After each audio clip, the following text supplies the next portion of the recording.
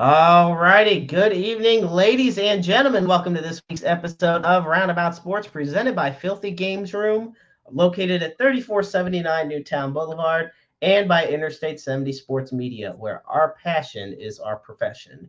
It is Wednesday, September 25th, 2024. We are already, look, it's flu season, it's allergy season, it's almost fall season. It's in Missouri here. It's we don't know what the hell the weather is season. Um, and I'm the Maestro, Jeremy Carpenter. Alongside me is the new host for Roundabout Sports, my new co-host, the one and only magnificent Babs. Hi, how are you guys?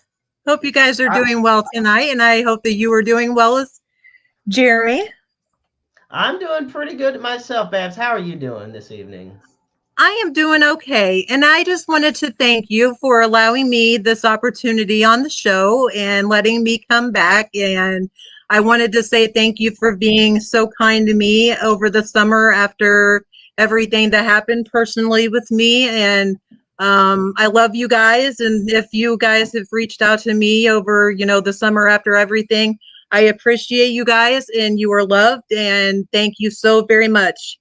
It's been kind of overwhelming with all the messages over the summer, but thank you so very much for everything, guys. It definitely has been quite the summer indeed, but we are just so grateful to have you here.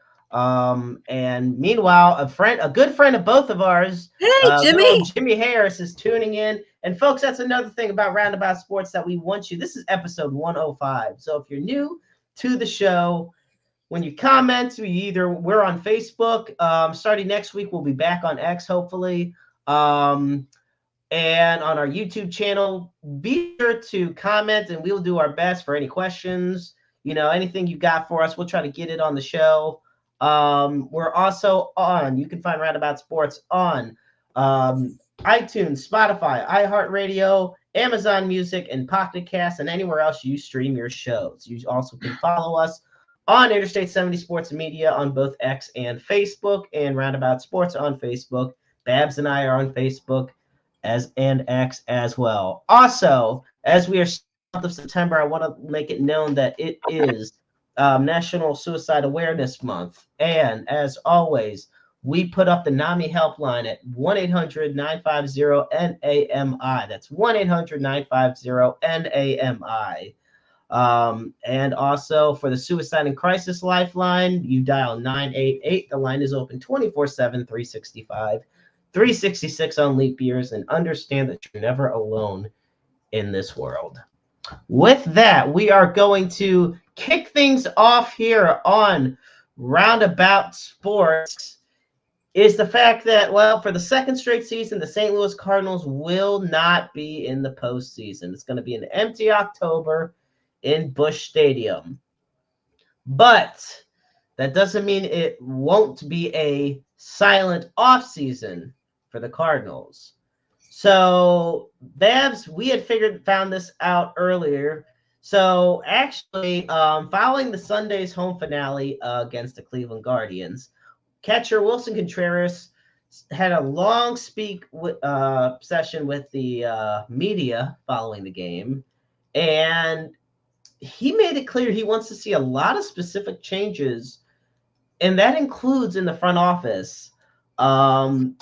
This is the quotes that have come from that. Quote, there's some areas that need to be addressed. I don't know if the front office is going to, but we didn't come together as an offense at all during the year. There's a lot of holes throughout the lineup as well, from 1 to 9.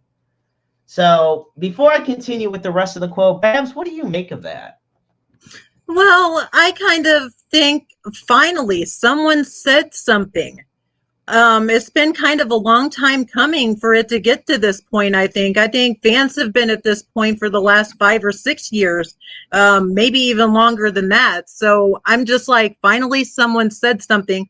And now that it's in the organization, now they're going to have to start listening. So I kind of wonder what kind of things that'll come from that. And I think they're going to come soon. I have a good feeling that they're going to come soon. Do you think front office changes will be happening? I definitely think so. And I think with Mo being 1 year away from retiring, I think he might go early just so he doesn't get to that point, because fans might even make him get to that point at this point. So I think that I think it'll be interesting in October. Let's just leave it at that.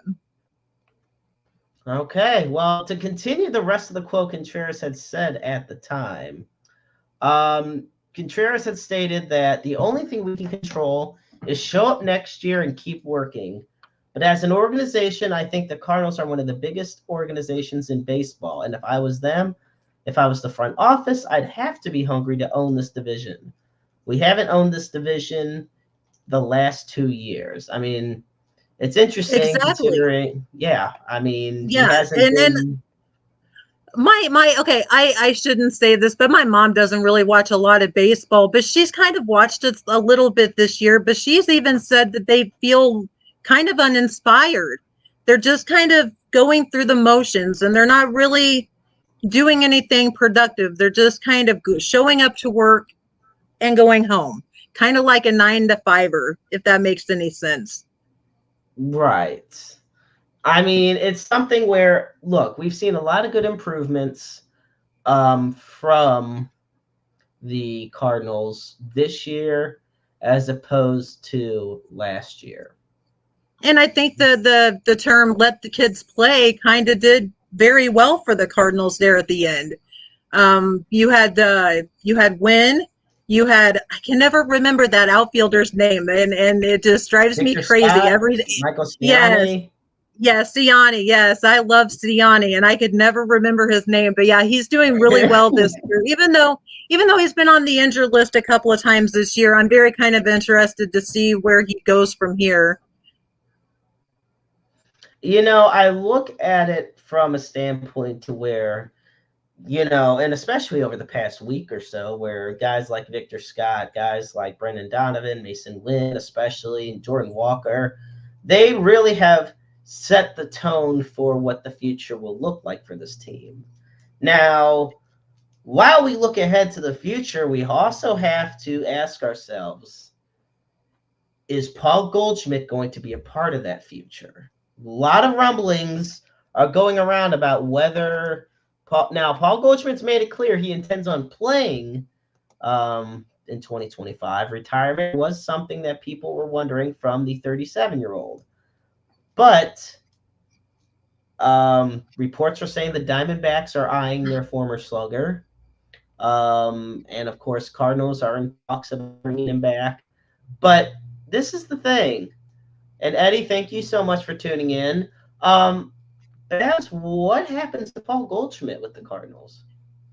Well, I really hadn't heard anything, that the Diamondbacks were interested in him, but I feel like that might be the best move, especially if he's about to end his career, because it would be kind of nice to see him go out, where it all started. And hopefully he has a good year to rebound from this one so he can go out on a good note. But I don't think he's the first baseman for the Cardinals, though. I think they'll offer him something, but just to get the qualifying offer, but I don't think he'll be a Cardinal. Okay. So I said this, and when Ryan Bowman was on the show a while back, I said this constantly, and that was I saw Goldschmidt signing a 2-year deal and then eventually retiring with the Cardinals. Now I look at it to where I'm looking at this team. They got a lot of great young pieces on this team. And, especially youth on the infield. You got Siani and Scott on the outfield, Donovan, great in his own right. It does bring up the question. Arenado will definitely be there. Well, But yeah, obviously. but you look at this. Goldschmidt's a potential future Hall of Famer, and Arenado's probably a future Hall of Famer. Neither of them have ever won a playoff game with St. Louis. Now, really think about that for a second. We've And had it's them on criminal. this team for how many years? And they've not won a single playoff game with the Cardinals. The Cardinals, Very criminal. it is. It's criminal, but it's also just disappointing because we were considered favorites when Goldschmidt came, he won MVP. When Arenado came and we fleeced the Rockies in a trade. And I'm not acting like the Rockies are doing much better. Right. I will say the Diamondbacks made the World Series more recently than the Cardinals. But at what point do the Cardinals say, look, we are better than this? We got to really do something. Yeah, and I think it's at that point now, because especially now that we're missing the playoffs again, and now players are starting to express their disappointment within the organization. It's going to have to happen this year. It should have happened 5 years ago, but it's going to have to happen soon because fans aren't showing up now. I think the last game that I saw pictures from, there was literally maybe 200 people there, if that. And they were giving away free tickets for that game. Yeah, So changes that's a definitely loss. have to happen. I will say this much. If there is any now, Eddie has a couple takes on here, and I want to get your thoughts on it. First, he says Goldie will be coming back. Do you see them getting rid of Nolan Gorman? Gorman. Well, maybe. I mean, he's well,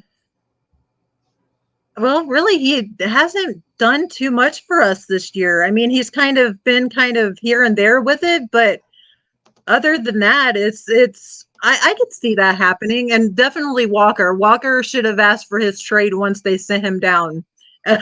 Like literally. And I'm sorry to say that. And I hate to be very, very blunt about it, but they did him dirty, so to speak. Yeah, well, Gorman is hitting. It's like he hit 19 home runs this year. Gorman has, but this is the big telling thing. He's hit 203. That is a problem. Look, we don't need, and he has a lot of potential as well, but they can't ride on the potential of players forever. You have to ride on the results. Um, Exactly. and as far as Jordan Walker goes, I give him all the props in the world for still sticking with the Cardinals. Because yes, I think he went through a sophomore slump this year to start. But the way they've handled him going down to the minors, coming back up, down back up, I really think it was piss poor management. Oh yeah, very Um, much so. and I feel like, and yeah, Eddie Gorman's either a home run hitter or a strikeout king. And the thing of it is, how many guys have we seen that with the Cardinals so long? We've seen it Oh, from, a lot. Mark Reynolds, our Randall Grichuk's, our Paul DeYoungs, and I'll tell you this, Babs, and it's not so much that I'm upset about the lack of production from the Cardinals. I'm upset at the lack of production of players until they go to another team. Look at Tyler O'Neill. Look at Tommy Edman. Prime examples of guys who left the Cardinals and immediately started taking off for, in their cases, the Red Sox and the Dodgers. Well, You let's know, look at Matt Carpenter with the Yankees too, though. I mean, he was doing awful, and he went to the Yankees and he started hitting balls again. So maybe yeah. it's just a change of scenery that they need for a while. Maybe it's just some old or new information going into an old person's head. You know what I mean? I always love this is a great. It sounds like a Yogi Berra quote, but it was actually something John Madden said. And it was 90% of the game is half mental. I always love that. Eddie's I kind of always right. love that quote. Eddie's kind of right too. Mentality, focus is just as important, if not more, than the physical aspect of any sport, and baseball's no different. Um, and I think there's also been a lot of lack of faith in coaching this year. Yeah, it's like I said, they seem uninspired and they seem like they're just showing up for their 9 to 5 job, just doing the same old thing every day and going home and going back to work the next day. Kind of like one of us. So, Right. yeah. You Well, and know, another thing that I was going to bring up, another interesting tidbit is that I saw that Yachty had sold his basketball team in the not Dominican, Puerto Rico, and I was wondering if maybe that was kind of like signs that the Cardinals have been like, hey, why don't you come coach for us? And maybe he's starting to prepare himself to come back to baseball. Because wasn't he supposed to be a special advisor to the Cardinals this year, yes. and he kind of no-showed the Cardinals? Yeah, it just kind of fizzled out and didn't turn out how it was originally anticipated. We got So, kind of like Matt Holliday being our bench coach. Like that was kind of a weird, bizarre situation too. well, and then you got that, and then people thought Skip Schumacher was going to be part of the organization. Then he gets the Marlins job, and like, look what Mike Schultz doing with the Padres. I mean, it's not just the players are thriving, but Yeah. it's players and former coaches, and they're thriving, elsewhere. So I don't know. This is not St. Louis Cardinals baseball that we've experienced. No, it is not. Last year is especially brutal. This year, look, it is true. This year has gotten better. We're still at the point where, the 77. Now, they got to win 2 more games to finish the year above 500 finally. But that's not something that we're used to seeing happen on the last 2 or 3 games of the year. Right. Yeah. Usually that Yeah. place is packed and people are excited, and I don't think fans are inspired either. It's like No. their wheel or their wind has been taken out of their sails, so to speak, because nobody's winning. Nobody cares.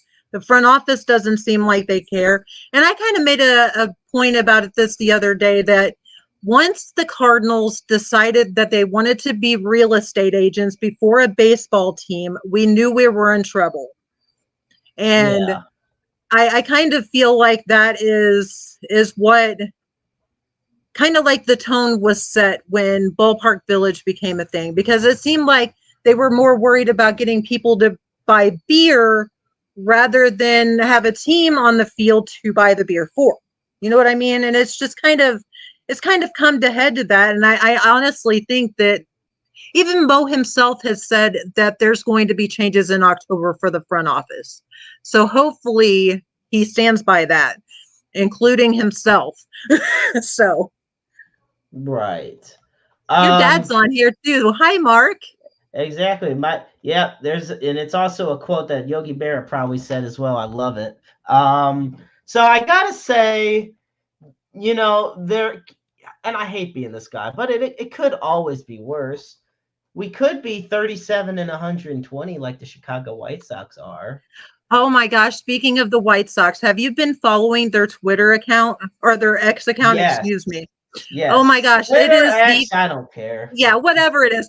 It is the funniest content on its X right now, just to see the admins just like, oh, by the way, the scores on the MLB app, that's like their final like tweet or like, yeah, it's so funny. It has been some of the best content the last few days to watch it. I know one of them, and I'm gonna try to get this pulled up on our screen. Or they scored more runs than us. Hi. Here. Oh, and right now they're beating.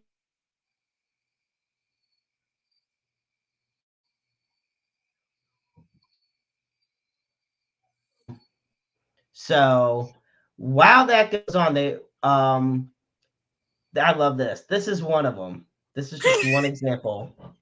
Yes. I think it is very fitting based on what the season has been for the Chicago White Sox. It really has. And I feel so bad. And it like, I can say at least the Cardinals aren't to that point that the admin's just like, I don't even know. So Exactly. I don't yeah. feel I I mean, I feel bad, because it's their owner that doesn't want to, who's stuck in his old ways of trying to run the team. But I'm gonna say this. Um, it cracks me up that I never thought we'd see this to where they have to win out. They lose one more game, they set the record. Oh yeah, Okay. The modern record, post 1900. The 1899 Spiders finished with 20 and 134, but that's not even a 162 game season. exactly. So it doesn't Like count. exactly. So for a team in a full season like this to lose 120 games and then eventually 100, potentially 121 or more, that is insane. Oh, we have a question from Eddie. This one's for you, Babs. If our Eddie manager says, gets fired, will we go after Ship? Ship. "Well, skip, Who? skip, skip Oh, Skip. Schumacher."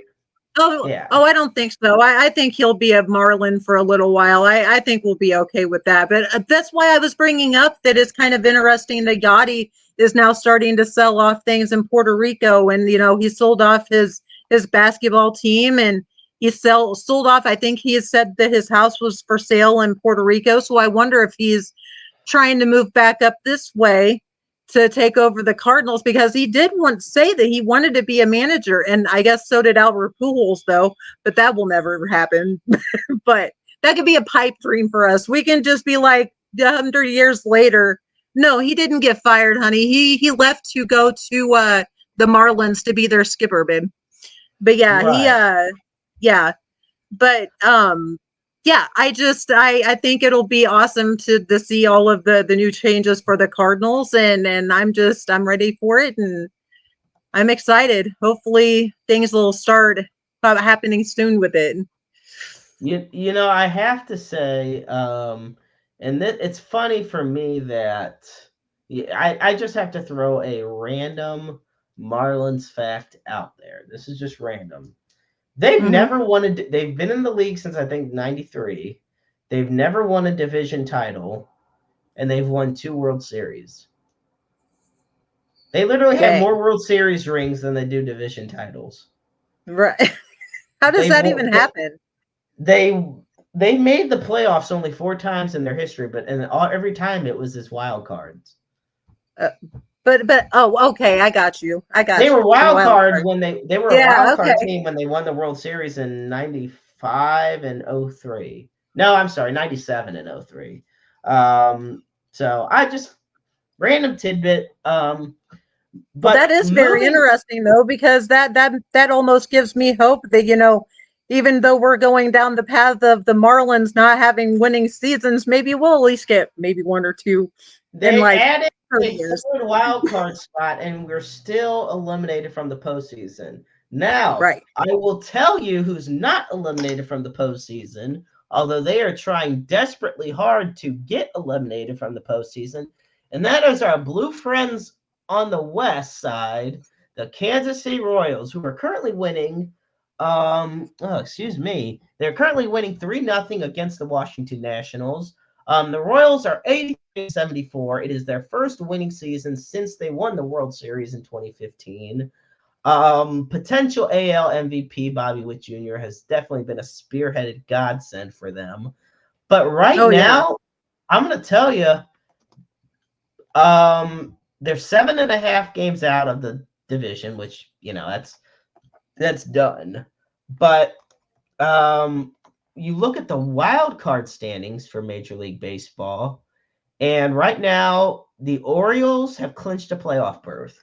So right now, all right, I'm going to say the division winner. Well, the Yankees have clinched a playoff berth. The Did you say the Guardians, Orioles clinched the playoff spot too? yes. So right now, this is That's what the wild card is awesome. looking like. You've got the Guardians and the Astros clinching their divisions respectively. The Okay. Yankees and Orioles clinched a playoff spot in the East, but they're still fighting for the division. Um, Okay.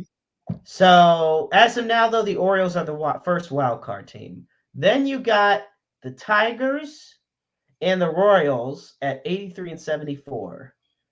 You have the Twins at 81 and 76, the Mariners at 82 and 77.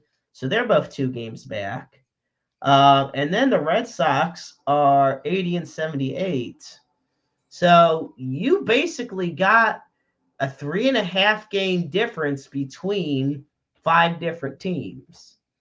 Right. Yeah. And we're in the last week of the season. So it's really heating up.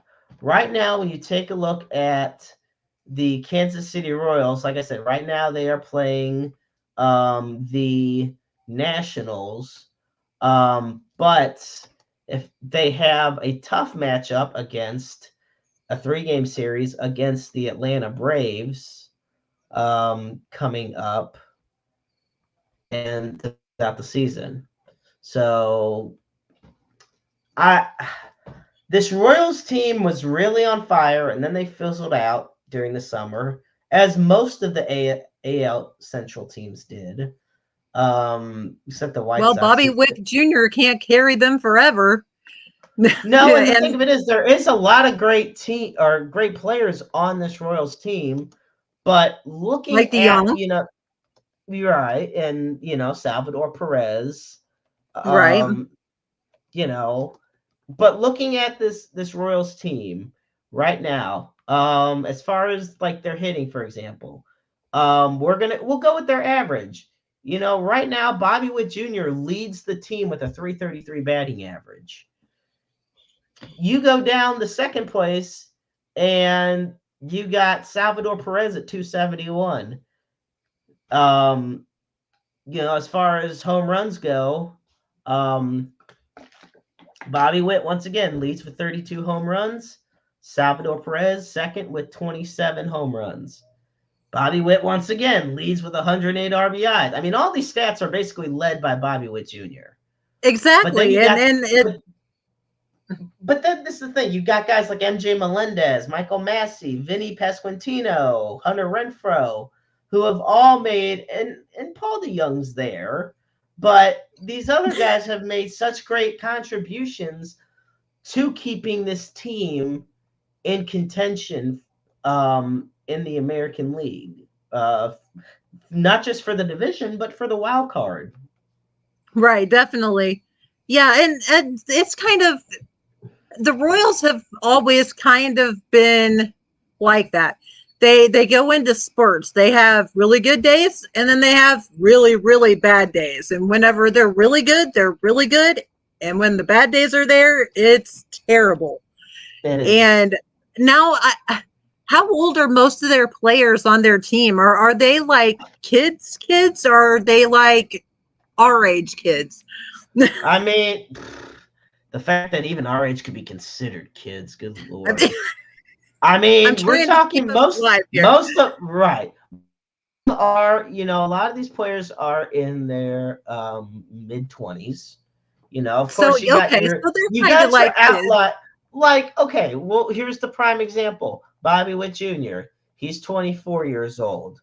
As far as the Pasquantino, he's 26 years old.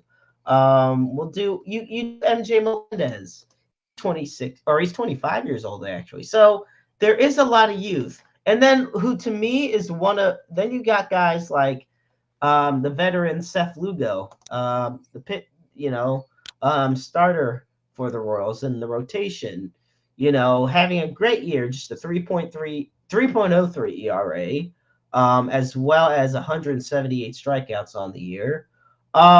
He's only 34. He's same age as Sonny Gray. So, and I want to give a shout out to Michael Wacha at 33 years old, having a great comeback year.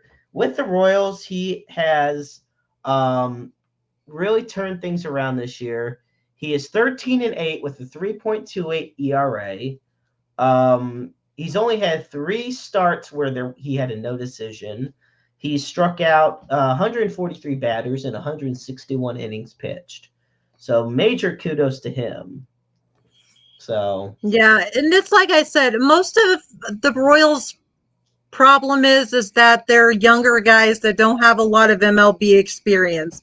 And maybe down the line, like maybe in about 3 or 4 years, they'll be really awesome again. And hopefully we'll see them in the World Series again, maybe against us, but I don't know. I just think it's a learning curve for everyone, including the Cardinals, the Royals, because especially if the front office is about to change for the Cardinals, it's going to be a lot of learning new things, new people.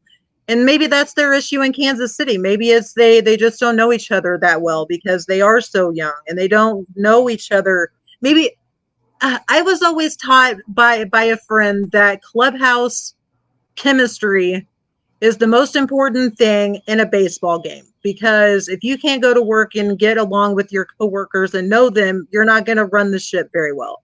So I feel like hopefully that once they get to know each other, and maybe hopefully they'll even get in the playoffs this year or next year. Hopefully we will too, but I was gonna say I'm ready for an I-70 series rematch. So shifting gears now here on Roundabout Sports.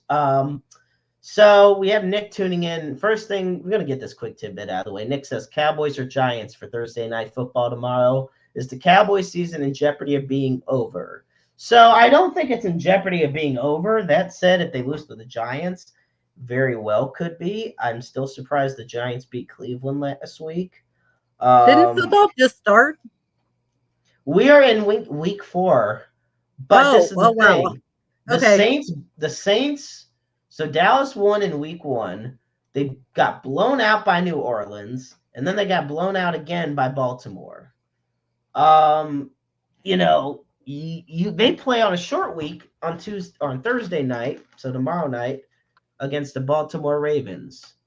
One more loss like that in that division, and in that division, anything goes. So I'm not going to say that it's in jeopardy of being over already, but I will say that there's going to be a lot of question marks, especially that the Cowboys just gave Dak Prescott the biggest contract in NFL history and gave him all that guaranteed money for basically no playoff wins. Right. With all that, speaking of football, we're going to shift gears now to our wonderful friends in Como, the Mizzou Tigers. So, this was an interesting one.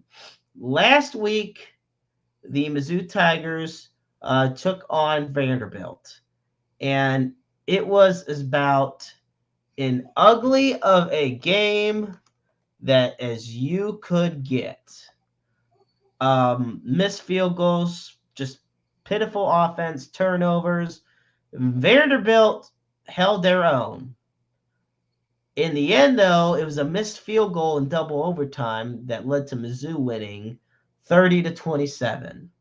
Now, Mizzou entered the game ranked 6th in the nation. Now, in the latest AP top 25 poll in college football, they dropped down to 11th, which was a starting point for them at the beginning of the season. Now, Vanderbilt was an unranked team. And I want to say this. So I want to put out there Mizzou's point. They won against Murray State. They played Buffalo. They played Boston College and Vanderbilt. And they don't play again till October 5th against number 24 Texas A&M.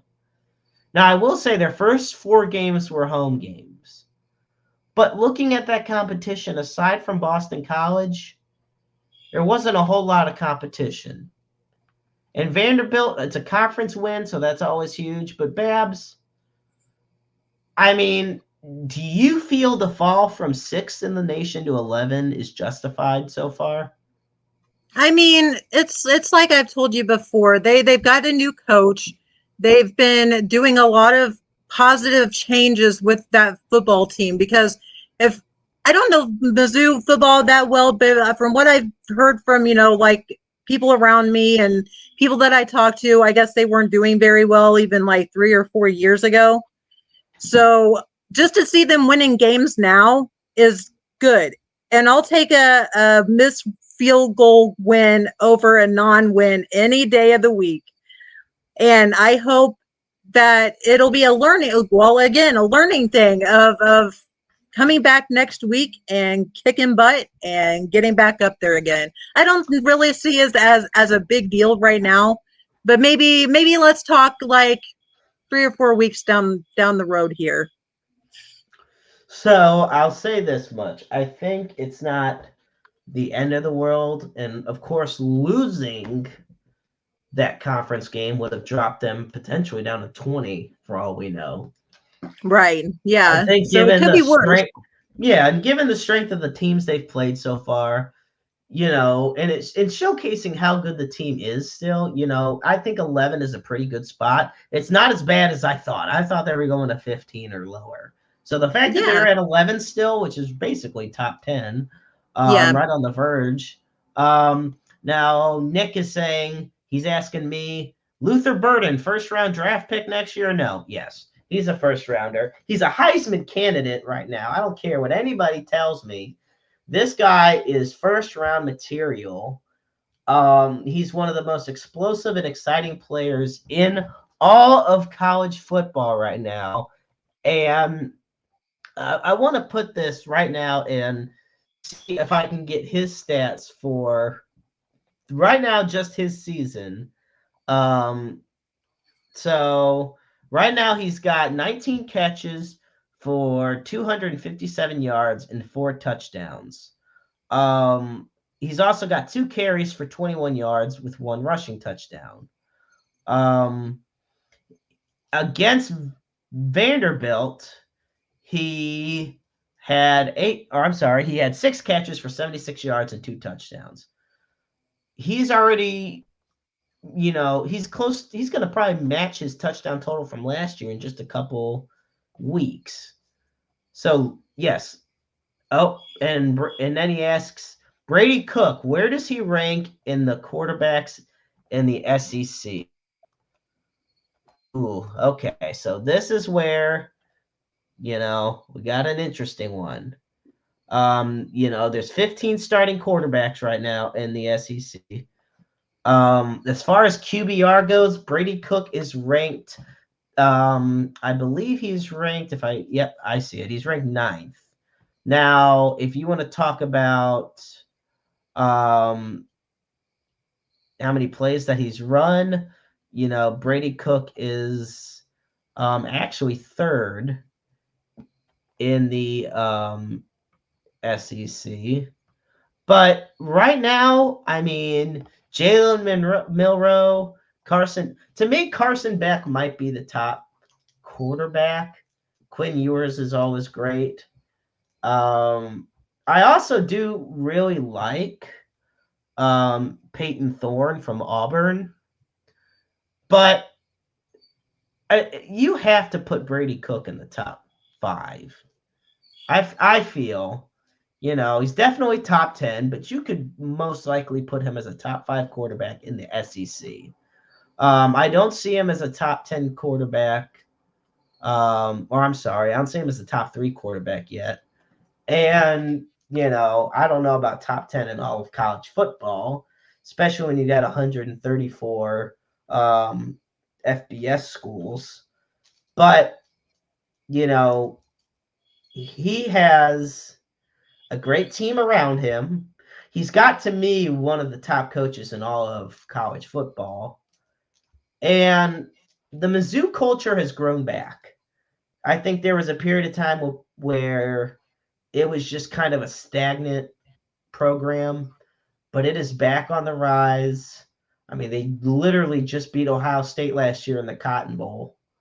Well, and I will say this: I did catch a little bit of the game on Saturday. I did get to watch about half before I tuckered out, but even fans just seem to be really excited to be there. Is it the atmosphere inside their stadium is just electric? Like you could just hear it throughout the entire game, and especially And I did actually see the missed field goal. I do remember that. And I just remember the entire eruption from the crowd and just everyone being excited and happy. And that's really awesome to see for the school too. Right. I agree with that. And Nick also pointed this out. And yes, I'm going to give them a shout out too. We had talked about this. Shout out to our dear friends east of us, the Illinois Fighting Illini football team. They're 4-0 on the season. And in the AP Top 25 poll, they are now ranked 19th in the nation. So congratulations to the Illini. They moved up 5 spots from the week before. This is the highest ranking since they were number 14 in the nation back in 2022. But this is, to me, the biggest test yet. They got a Big Ten showdown this weekend against Penn State in Happy Valley. It's scheduled for 6:30 this Saturday on NBC. Penn State is 3-0 on the season. I think last week, it was a huge showing for the Illini to take down the Nebraska Cornhuskers in the Big Ten showdown, given how they did how Nebraska did against Colorado. We all know how Colorado is when it comes to winning these close games, and Nebraska didn't even make it close. No, go ahead. What were you saying, Babs? No, I thought my camera flashed for a second, and I think it did, but I'm back. Okay. So yes, shout out to the Illinois Fighting Illini on their latest rankings as well, and best of luck as they take on Penn State. Folks, we're going to take a quick break as we talk about our sponsor for Roundabout Sports and Interstate 70 Sports Media, that being our dear friends at Filthy Games Room. So, Filthy Games Room is located at 3479 Newtown Boulevard in St. Charles, Missouri, right off Interstate 370. Filthy Games Room is home to the largest selection of retro and modern video games in the St. Louis metropolitan area. It is home to games ranging all the way back from the Magnavox Odyssey of the 70s all the way up to the PlayStation 5, Xbox Series X, and Nintendo Switch of 2024. Of course, we also have a plethora of video game consoles, whether out of the box or in the box or sealed, at varying different prices. Also, at the entrance of the store, you will find a slew of free play arcade machines, just like the ones that we all used to know and love at the arcade game places at the mall. Which I'm really sad that the one that in Chesterfield's gone now, because Chesterfield Mall is gone too. Yep, Chesterfield Mall is gone too. Ugh. Yes, Lord it help is. us on that. That's why, and I'm sad because the Cheesecake Factory went with it, and that was where my girlfriend and I had our first date. Yeah. That being all said, Filthy Games Room is open Wednesday through Saturday, 12 to 8 p.m. Be sure to check it out. See the owner, Ben Bizzle, and join the patron program where you can get up to 10% off all games and free shipping on orders you have. That's Filthy Games Room, buy, sell, and trade. Once again, folks, welcome to Roundabout Sports with Babs and the Maestro. I'm the Maestro, and of course, that lady over there is Babs.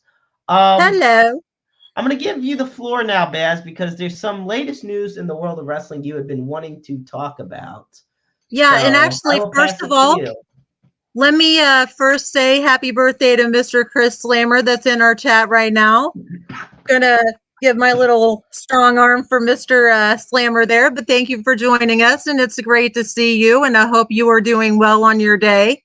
Yeah, WWE is about to come into St. Louis for a few shows in October. I think the dates are the 9th and the 8th, and I think it's Raw and NXT.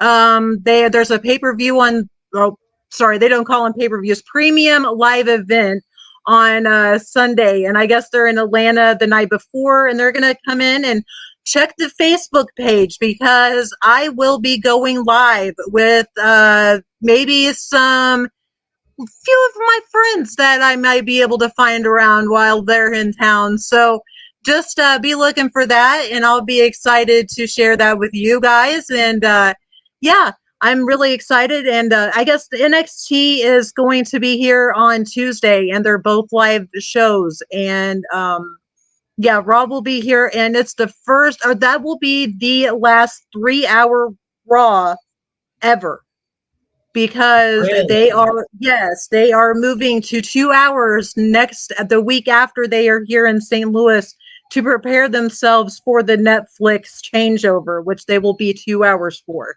So St. Louis will be the very last 3 hour Raw ever. Wow. So That's that's actually going to really be crazy a, to think about. yeah, that's going to be a very a different kind of, I guess, a passing of the torch, so to speak, because we'll be off cable TV as of January 1st, and we'll be on Netflix, and maybe I'll be able to find somebody that can talk to us about that and explain how all that went down. And I'm excited to share a few things with you guys, and just be checking the Facebook page when WWE is in town because it's going to be a fun time, and I'm really, really excited for it. Oh, it's absolutely going to be fantastic. Oh, I Um, also forgot to say that Go ahead. Ron Killings was going to actually be at Pops the night before. He is actually Oh, doing a concert at Pops on that Sunday while they have the premium live event in Atlanta. So he'll be rapping over at Pops. So I think I might be over there too, just to see what I can get myself into trouble over there too. So oh, good old Pops. I had the pleasure of being there in Sauget for PWE and Grandel Wrestling just about a week ago, and it was a fantastic show. So shout out to my dear friends Joey O'Farrell and Lenny Mephisto for putting on, and all the talent for the amazing show that they put on. oh, very much so. And I'm very excited for everything. And I like when maybe they'll bring in some local guys that I know for the the local spots on Raw. So hopefully that'll be really fun to see. So because I Nick think the wants you last to time come I down actually there. saw Camaro Jackson. Yeah, Camaro So Jackson, one of yeah, my dearest friends, and Babs. Nick wants you to come down there and say hello when I our will two. definitely come say hello to you as I always do, Nick. You always know that So I love you, and it's great seeing you. now this is something I know that had just come up. I think within the past few days. They originally were going to have NXT at the Enterprise Center, but they had to move it to the factory due to low ticket sales.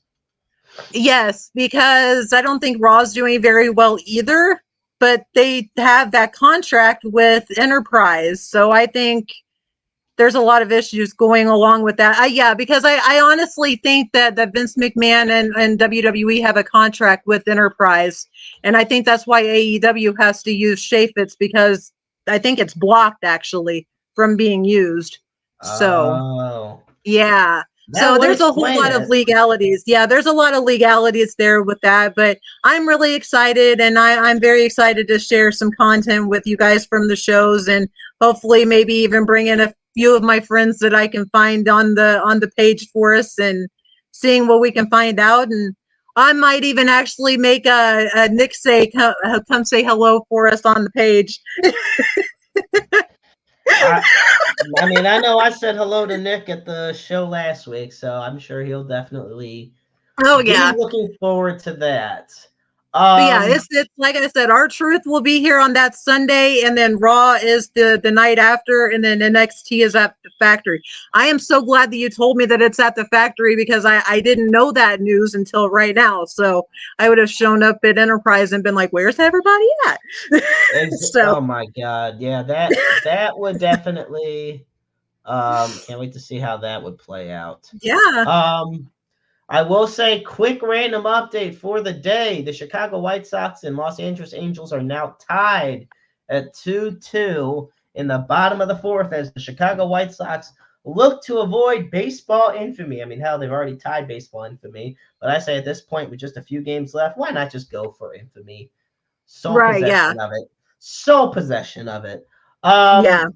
You know, I want to say this. One thing with, and I like that Nick says here most. Here's an interesting question. I actually want to this. I'm going to direct this one to you, Babs. Will Okay. St. Louis ever get a WNBA team? Unfortunately, not. No. I don't think that St. Louis has the capability of hosting another team at this point. I actually would not put another team in St. Louis right now. Just because of the situations that go on downtown and all of the taxes and all of that other stuff. I honestly don't think that I would ever see a basketball team here ever. And I mean, I could honestly see a football team here first before any kind of a basketball team. I mean, Just so because of right the now culture. we have you have obviously the Cardinals, the Blues, City SC, and the Battlehawks. So that's four major professional sports teams that you I'll even have. say the ambush. I'll even say ambush too, because they're Ambush pretty to me, predominant. I mean, to me, they're then you got minor teams on this, but they're still very popular at the local level, like the Slam, like the Right. Ambush. You even got hell the arch rival roller derby. You got a lot of popular minor league Roller sport. derby's Oh, crazy. I and just the Gateway Grizzlies. There's another, oh yeah. another one. Like Well, there's and there's the St. Louis Hoots or whatever, what or St. Charles, St. or O'Fallon, whatever the the Hoots that they used Hoots. to be the Rascals. Yeah, Yes, the O'Fallon Hoots. yes. And I don't there's think a they had lot a of great. baseball team this year. No, I think they just have so many, but there's so many great teams here. And I don't necessarily feel that, first off, right now, um, they And would be in a maybe 200 position. people at that. Yeah, Right. Nick. Yeah. They're not in Maybe a position 200 to where they'd people. have a huge crowd. Like, Yeah. but I look at the teams, I don't see St. Louis handling a fifth professional sports team.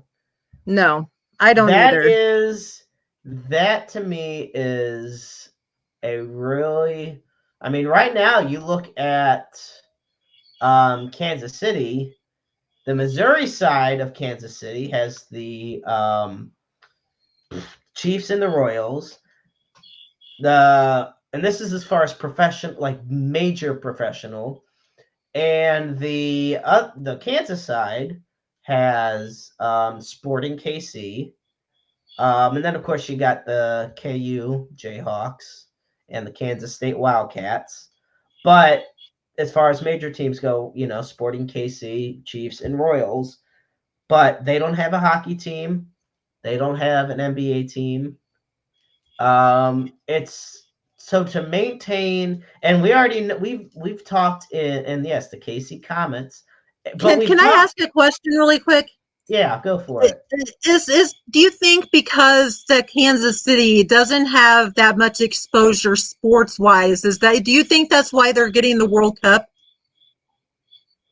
Because Um, because I, I wondered why they picked Kansas City over St. Louis, because I feel like most of the cities that they picked for that are like kind of not really sports cities, because I think you have like Kansas City, and then you've got like your Utah, like your Salt Lake City, maybe, and so then here we go. Here's our stadiums. So we yeah, got in Mexico, we got one in Mexico City. We got MetLife mm-hmm, Stadium. We got okay, AT&T Stadium in Dallas, so Jerry's World. We got Arrowhead Stadium. We got Energy Stadium in Houston. okay, The Mercedes-Benz Stadium in Atlanta. You got SoFi Stadium in LA, or Inglewood, whatever the hell you want to call it. Lincoln Financial Field in Philly. okay, Uh, Lumion Field in Seattle, Levi Stadium in San Francisco, Gillette Stadium in Boston. And then Miami, Vancouver, Oh, so I guess Toronto, maybe, yeah. Monterey. The Okay, thing so of I it guess is, they're compared to the other cities, I will say, Kansas City seems like an outlier, but they also have one of the most popular. I mean, obviously, they got the top team in football right now in the Kansas right. City Chiefs playing there. All their games sell out. They have a huge following. I think, and I do think, given the recent controversies surrounding um, the moving, like trying to relocate the Chiefs and the Royals, I think this is a great way to boost, you know, that feeling for having the team there. Like, Yeah, because even though it's not an event that's necessarily Chiefs related, it's just the viability of having something occur in Kansas City at Arrowhead. that's all. Um, Okay, I could see that. It was just kind of a question that I kind of wondered about because I had seen, Houston being there and other little cities, but I had just wondered if maybe Kansas City was chosen because they really don't have a lot there sports wise, and maybe they were trying to get some exposure for Kansas City. yeah. Um, So, All right. Well, folks, it is that time of the evening where we here at Roundabout Sports wrap things up. I want to say first off, was a pleasure having Babs on the show this week. I look forward to the weeks henceforward. I will say next month we have, or not next month, next week, that is, our first show of October. We will be having our friend Joe Pott. On the show, so I definitely look forward to that. And I do believe we will be having former Cardinal Ray King on the show again in just yes. a few weeks. We are looking at rescheduling him for the show. That also said, excuse me. You can find Roundabout Sports on Spotify, iTunes, iHeartRadio, Amazon Music, Pocket Cast, and anywhere else that you may be streaming your favorite podcast. If you want to advertise with us and be a sponsor, you just send Babs or I a DM for more details on how to do that with Interstate 70 Sports Media. You can follow Interstate 70 Sports Media on Facebook, X, and on YouTube. And Roundabout Sports is also on Facebook as well. And also know that at the end of the show, we post the NAMI helpline. And that it is 1-800-950-NAMI, 1-800-950-NAMI. The National Alliance on Mental Illness is the nation's largest grassroots mental health organization dedicated to building better lives for those who struggle with mental illnesses and for their families as well. And of course, we have the Suicide and Crisis Lifeline. And for that, you dial 988. The line is open 365 days a year, 24/7, 366 days a year on leap years such as this year. Understand that you're never alone in this world, and there is always somebody out there who loves you, who cares about you, and wants nothing but the absolute best possible life for you. There's a lot of struggles that we all go through in life in more ways than others could possibly imagine, but that does not mean the road of struggle has to be traveled alone. You are just a phone call or a text message away. And you could also be the listening ears and watchful eyes for somebody else out there. I want to thank Babs so much for being on the show. I want to thank you all for tuning in this week for Roundabout Sports. Be sure to catch us next week at 7 p.m. Central Standard Time right here at Interstate 70 Sports Media. For the Babs, out in the Maestro, Jeremy Carp. And remember, life is a book full of empty pages just waiting to be written in. Make your lives worth reading.